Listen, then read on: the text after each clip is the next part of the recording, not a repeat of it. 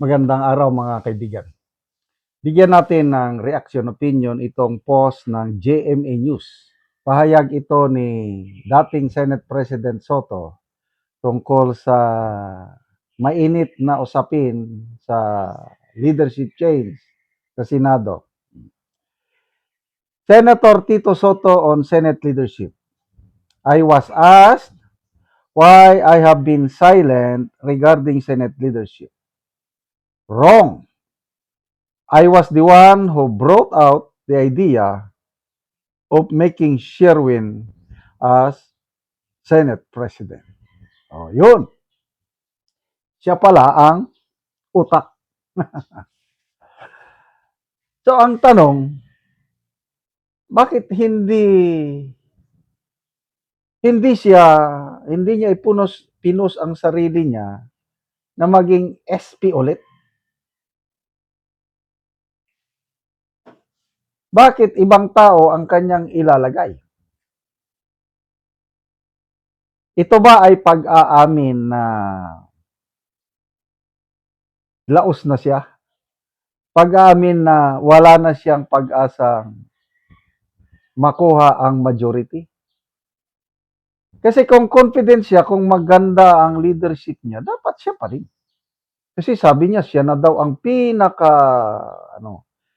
senior among the senators. Kaya may post siya nabasa ko na, believe me, I am the longest serving senator. I was voted 5 terms ata, yung sinabi niya. So, sa tingin ko is talagang believe siya sa kanyang sarili na talagang magaling siya, as in magaling. Problema lang, naisahan sila ni Bato. Yan ang problema.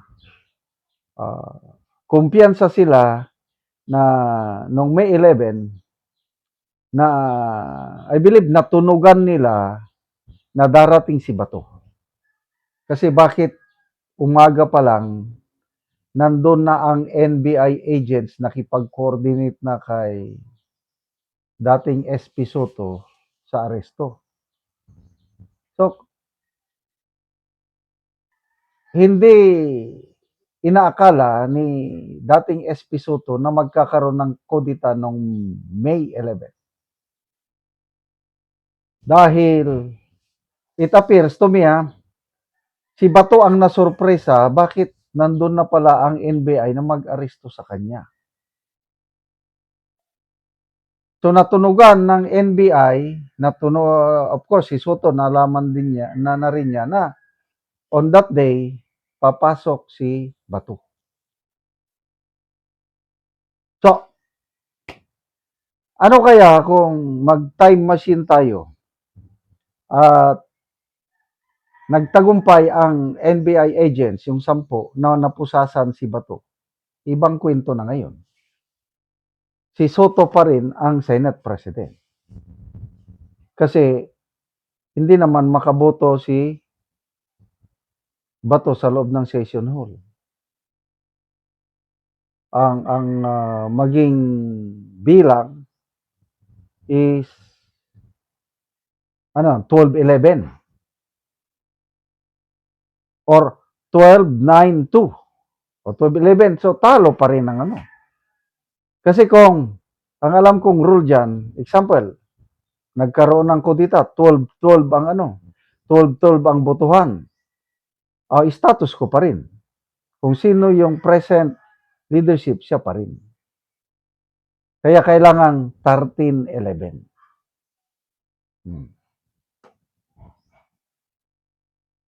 So, ang starting point lahat nito is dahil lahat kay Bato. Dahil nagtagumpay siya, again, sinasabi ko na milagro.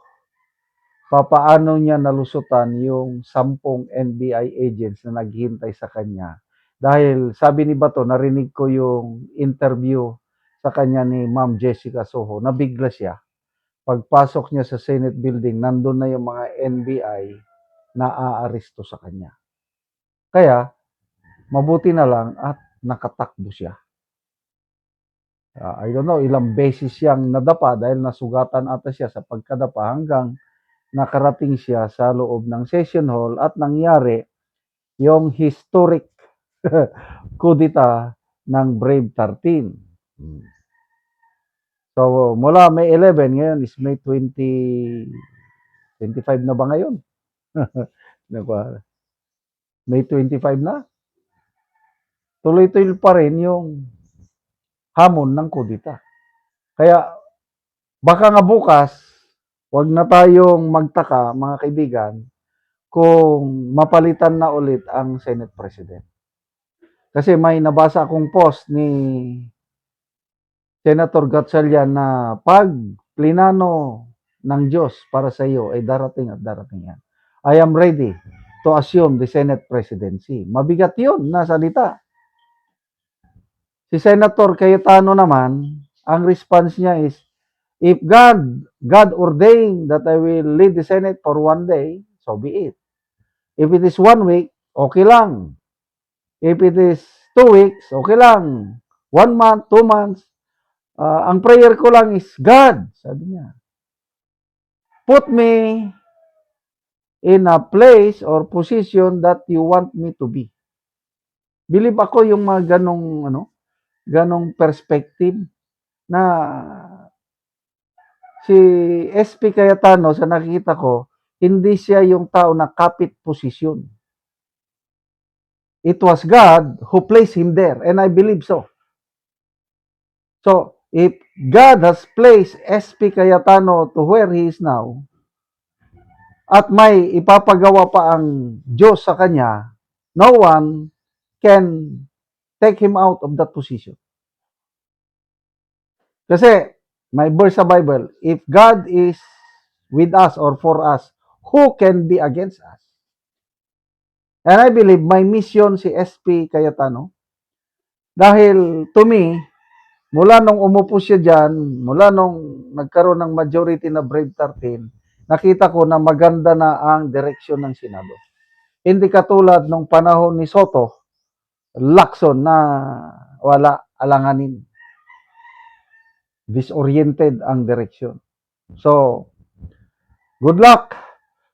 Bukas, abangan natin kung magtatagumpay ang kudita ni Soto with his Manok Gatchalian as the next Senate President.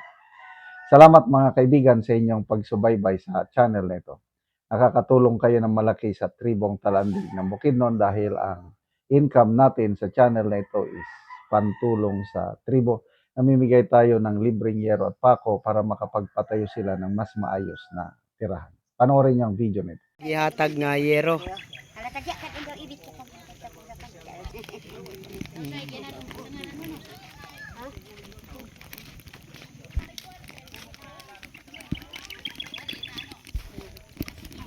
Mauna gid ni ang balay sa natagaan na mo yero. Mauna na gid ni ang itsura sa ilang balay. Sa gawas nga bahin. O karon ate mo sulod ko si mong balay. O mauna gid ni ang itsura nga tunnel bag lang ang ilang atop, mga buslot o mga ang ilang yero, mga dako na gid kay og buslot.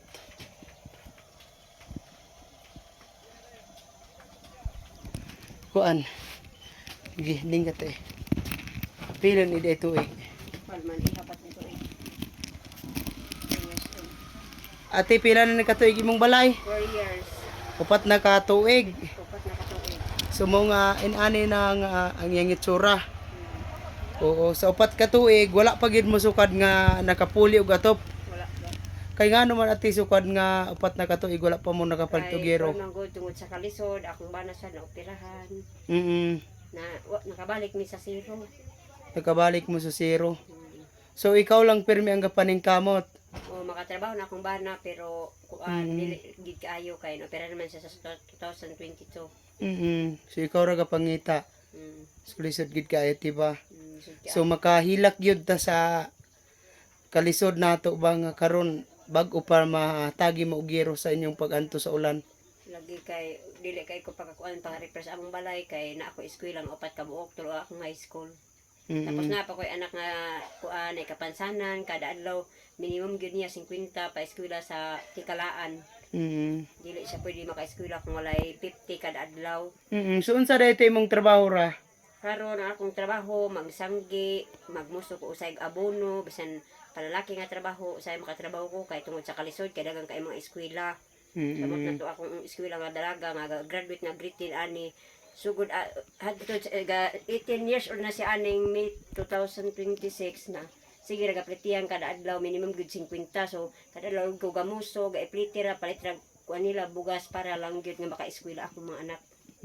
So salamat kayo te.